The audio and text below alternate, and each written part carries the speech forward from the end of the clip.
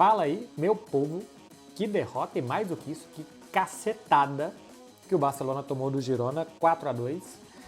É um resultado, acho que mais circunstancial do que demonstrou uma grande superioridade do Girona. Por exemplo, acho que o jogo em Barcelona, o Girona teve muitos mais momentos melhor do que o Barça. O 4-2 é circunstancial, mas não absolve em nada a falta de espírito do Barcelona. Algumas coisas antes de eu falar mais taticamente do que foi o jogo. O Barcelona nos últimos 4 jogos tomou 4 do PSG, 3 do Real Madrid, 7, 2 do Valência, 9, 4 do Girona. 13 gols sofridos em 4 partidas, cara, uma média de mais de 3 gols por jogo. Quando chegaram jogos maiores, o Barcelona tomou muitos gols, seja por erros coletivos, individuais, por ter jogador expulso, enfim. O Barcelona errou muito mais do que o normal. Eu acho que até individualmente, mas o individual também parte do coletivo, né? Por exemplo, o Ronald Araújo faz a falta para ser expulso contra o PSG, porque o coletivo erra e permite aquilo. Enfim, era o time que tinha tomado nos 13 jogos pós pedido de demissão do Xavi 6 gols e que nos últimos 4 tomou 13. A média de gols subiu absurdamente e o nível defensivo do time caiu absurdamente nesses jogos. Eu acho que passa pelo motivo da derrota contra o Girona, que é quando o adversário propõe um jogo de uma velocidade diferente, de uma intensidade maior. O Barcelona tem dificuldades de acompanhar muitas vezes, teve dificuldade de acompanhar a velocidade do PSG, em alguns momentos a do Real Madrid, e teve muita dificuldade no segundo tempo de acompanhar quando o Girona fez mexidas para jogar com um time mais de transição do que de tentar construir, coisa que o Barcelona estava fazendo muito bem impedindo, e erros individuais, né? O Araújo no primeiro gol do Girona, dando um bote completamente errado dentro da área. Depois a boa movimentação do Dobbik para vencer o Pau Cubarsí, que tem uma semana ruim, né? Tinha jogado mal contra o Valência e volta a jogar mal. E no segundo tempo, além do evidente erro do Sérgio Roberto, que ajuda a mudar todo o jogo, é um lateral favorável ao Barcelona no meio campo e que vira um gol do Girona. 2 gols de rebote. O segundo e o terceiro gol são jogadas que o Pau Cubarsí afasta sem tanta contundência e que não tem ninguém do Barcelona para pegar o rebote. O Girona no terceiro gol, né? O primeiro desses de rebote, constrói muito bem a subida e o Miguel Gutiérrez, que é um ala pela esquerda, finaliza da marca do pênalti. E o segundo, um chutaço do Porto, assim, de rara felicidade, entrou completamente encantado no jogo Porto, 2 gols e 1 assistência. Entrou no jogo no minuto 64 e no minuto 75, 11 minutos depois, já tinha feito 2 gols e 1 assistência. Então, assim, por isso que eu acho que é mais ocasional o que aconteceu, porque foram um erro de saída do Sérgio Roberto, um erro de passe que gerou um gol, e depois 2 gols de rebote. Agora, você tem que estar atento para pegar os rebotes, para estar recomposto. O gol do Porto, o quarto gol, o Cancelo demora uma semana para voltar até a posição dele.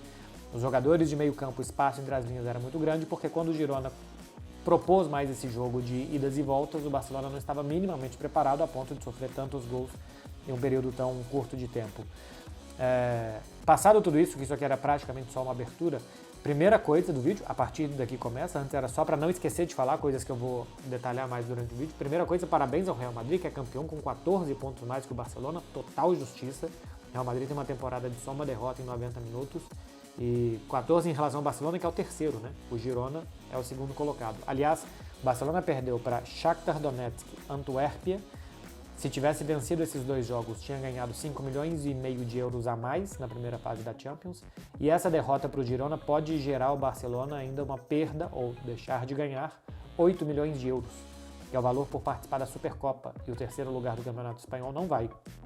Vai o Real Madrid campeão, vai o Atlético de Bilbao campeão da Copa do Rei, vai o segundo lugar da Supercopa, vai o segundo lugar do Campeonato Espanhol, que é o Girona. E o quarto classificado, se eu não me engano, é o Mallorca, o vice-campeão da Copa.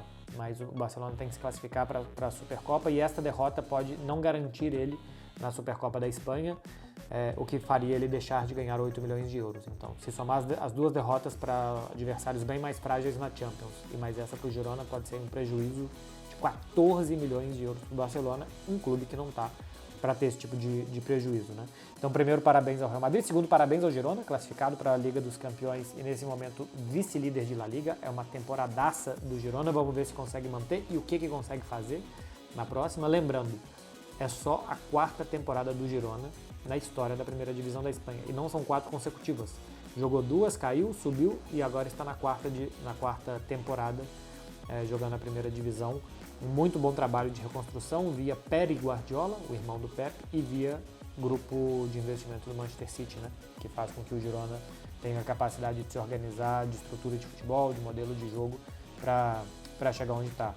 Para o jogo de hoje, o Xavi fez uma mudança, manteve boa parte do time base, né, com Ter Stegen, Koundé, Araújo, Cubarsí e Cancelo. Manteve o Christensen como primeiro volante, jogou bem o Christensen quando aguentou. Manteve o Gundogan no meio campo e o Firmino, Lewandowski e Lamine. Ele mudou tirando o Rafinha, colocando o Sérgio Roberto. Eu coloquei no Twitter sobre a mudança. O Rafinha vinha de, nos 11 últimos jogos, 10 participações em gols, 5 gols, 5 assistências. Eu acho que vinha jogando muito bem. Hoje não jogou bem, mas entrou num time completamente desesperado e desestruturado já dentro de campo. E eu acho que o Rafinha não tinha que ter saído do time. Eu entendo e gosto. O Barcelona jogou muito bem, acho que os primeiros 60 minutos de jogo. Acho que até o erro do Sérgio Roberto. Então eu gostei da mudança tática. Foi uma muito boa mudança. O Barcelona tinha uma boa saída de bola, fazia com que o Girona pressionasse menos. Juntava muita gente por dentro, né? Christensen, Sérgio Roberto, Firmino, Gundogan. Então congestionava o meio campo, porque o Girona juntava muitos jogadores ali e abria os lados do campo para o Lamine Yamal e para o Cancelo atacar com mais liberdade de 1 contra 1. Tinha boas chegadas de segunda linha. O Gundogan mandou bola na trave, o Christensen fez o gol, o Firmino teve chance.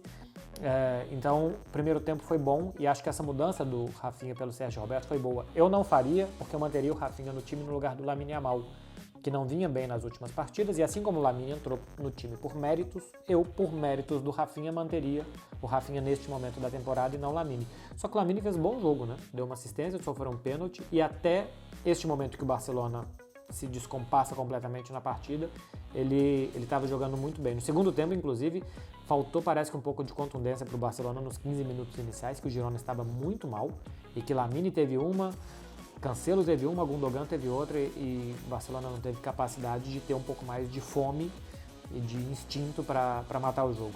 Só que essa mudança que fez o Xavi, tirando o Rafinha e colocando o Sérgio Roberto, cara, eu estava acompanhando no meu Twitter, que eu simplesmente dei ali a escalação, um tanto de gente falando que o Xavi estava escolhendo um jogador espanhol, um branco, no lugar de um estrangeiro brasileiro negro, né?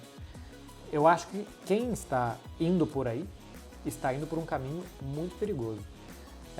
Primeiro, de insinuar que o técnico está cometendo xenofobia e racismo, escolhendo jogadores brancos e europeus em detrimento de, por exemplo, Rafinha e Vitor Roque, né? Porque sempre que o Vitor Roque não joga também falam que o Xavi não gosta de brasileiros.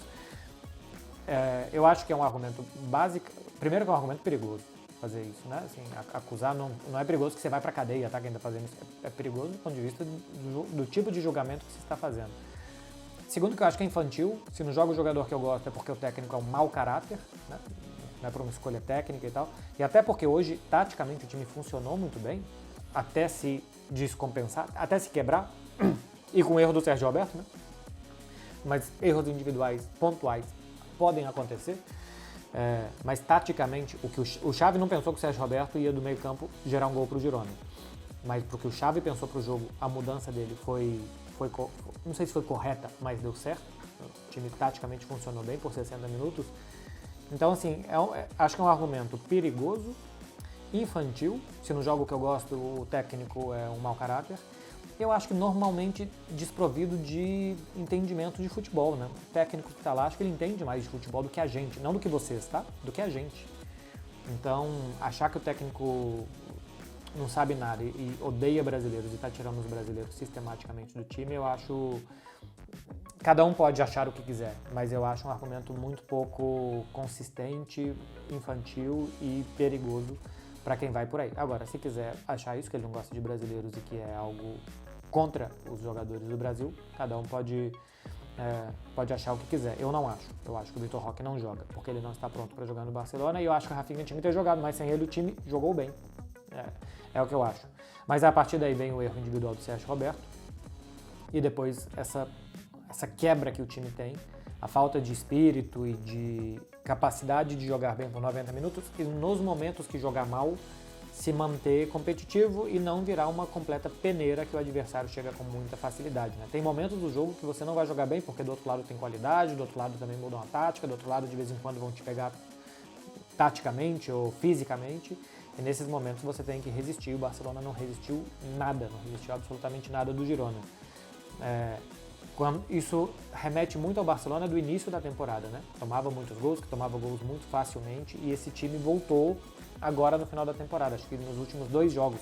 Contra PSG e Real Madrid, acho que foi diferente, foram 2 derrotas contra o Paris Saint-Germain, muito sugestionada por uma expulsão, e contra o Real Madrid, um jogo lá e cá, que a última bola do jogo caiu para o Real Madrid e poderia ter sido para o Barcelona. Esteve à frente do placar em 2 oportunidades e eu acho que jogou igual o Real Madrid na partida do Santiago Bernabéu. Então, nos últimos 2 jogos, sim, contra o Valência não foi bem, ganhou porque ficou com um jogador a mais e nas bolas paradas, não foi nem construindo. E contra o Girona, 60 minutos bem, 10 minutos mal e depois 20 minutos que não existiram. Depois do gol do Girona não tem mais futebol, não acontece mais nada, o Barcelona completamente desesperado, muito mais perto de tomar o 5º do que de fazer o 3º gol. E eu acho que o Xavi tem culpa nisso. A incapacidade de, quando o time está bem, matar, e quando o adversário está bem, esse adversário lá, e machucar o Barcelona de forma mortal, eu acho que é um problema do time não ter constância, não ter casca, sabe? É um time frágil, é um time que precisa de muito para marcar e muito facilmente concede. Eu acho que aí tem problemas do treinador, de como, nos momentos ruins, como vamos sofrer. Nos momentos que nos apertarem, como que a gente vai se defender. Então, a falta de um plano B para o Barcelona para os momentos ruins, acho que gera essa instabilidade, que eu acho que foi hoje boa parte individual, mas assim, coletivamente o time se partiu completamente e não teve forças para resistir ao momentum, né? O jogo é feito de pequenos jogos e no pequeno jogo do Girona foi suficiente para matar o Barça. Os 60 minutos que o Barcelona teve não foram suficientes para matar o Girona, em 10 foi para matar o Barcelona. Aí eu acho que tem sim uma parcela de culpa do treinador de não fazer seus jogadores performarem. O fim de temporada do Barcelona deveria ser de ficar em segundo lugar, acho que seria o mínimo, né? É o mínimo que se pode esperar do Barcelona. A diferença de orçamento do Barça para o Girona, o time tem a obrigação de terminar o campeonato à frente do Girona, perdeu as 2, tomou 8 gols do Girona. É uma derrota que tende a doer muito mais do que a do Real Madrid e a do Paris Saint-Germain, que a do Real Madrid o time lutou bem, a do Paris Saint-Germain nos 180 minutos de futebol, em 120 o Barcelona esteve ou ganhando do Paris Saint-Germain ou muito perto de estar ganhando do Paris Saint-Germain, né? Saiu na frente do Marcos Príncipes, terminou ganhando e depois saiu na frente também em Barcelona contra o Girona. Os 2 jogos dá a sensação que com muito menos orçamento, com muito menos dinheiro, com muito menos jogadores é capaz de jogar como o Barcelona gostaria de jogar e melhor. Então ficam um pouco os fantasmas do primeiro turno, que foi essa sensação que deixou o jogo em Montjuic quando o Girona foi lá e ganhou do Barça por 4-2 também. É isso, meu povo. Na semana que vem o Barcelona vai jogar na segunda-feira em casa contra a Real Sociedad. Acredito que com pouco público e eu acho que dessa vez a paciência da torcida vai acabar mais do que das últimas, exatamente por ter perdido como perdeu para o Girona. Tenho a sensação que para o espírito do torcedor do Barcelona dói muito perder para um time que quer fazer a mesma coisa que o Barcelona e faz melhor. Outra coisa é que de forma diferente ganha do Barça e tal. Para um time muito mais humilde como o Girona ganhar do Barcelona, eu acho que tende a machucar muito mais o torcedor. Como tem muito tempo de um jogo para o outro, ou o protesto acho que vai vir de vaias ali, algum determinado culpado, que eu acho que tende a ser o Xavi, ou com simplesmente um abandono em um estádio mais vazio, né, do que nos últimos jogos que teve até boa presença de público. Só para terminar, porque eu passei por 2 erros do Pau Cubarsí e de uma má semana dele, que não jogou bem contra o Valência e hoje não jogou bem de novo. Esse é um preço que se paga por ter jogadores muito jovens no time. Os jovens são muito inconstantes. Então, faz parte do processo de amadurecimento, jogar e jogar e jogar para melhorar. O potencial ele já mostrou que tem e vai ter seus altos e baixos. A questão é que quando o Lamine Yamal jogou muito mal, como ele joga no ataque, isso se sente menos do que na defesa. Por isso, normalmente, os zagueiros costumam demorar mais a aparecer do que os atacantes, né? Um atacante com faísca, logo aí, 16, 17, 18 anos aparece, os zagueiros costumam demorar um pouco mais por esse processo de amadurecimento. E o Pau Cubarsí já foi tão bem no início que ganhou a confiança do Xavi e foi jogando, e é normal que tenha esses altos e baixos e é normal que o time pague o pato por isso. É isso que dá apostar nos jovens, eu acho que tem que apostar mesmo, mas até pelo bem dele e do Barcelona, talvez neste momento seja hora de deixar o Pau Cubarsí um pouco mais de fora do time. É isso, gente. Segunda-feira tem mais conteúdo por aqui.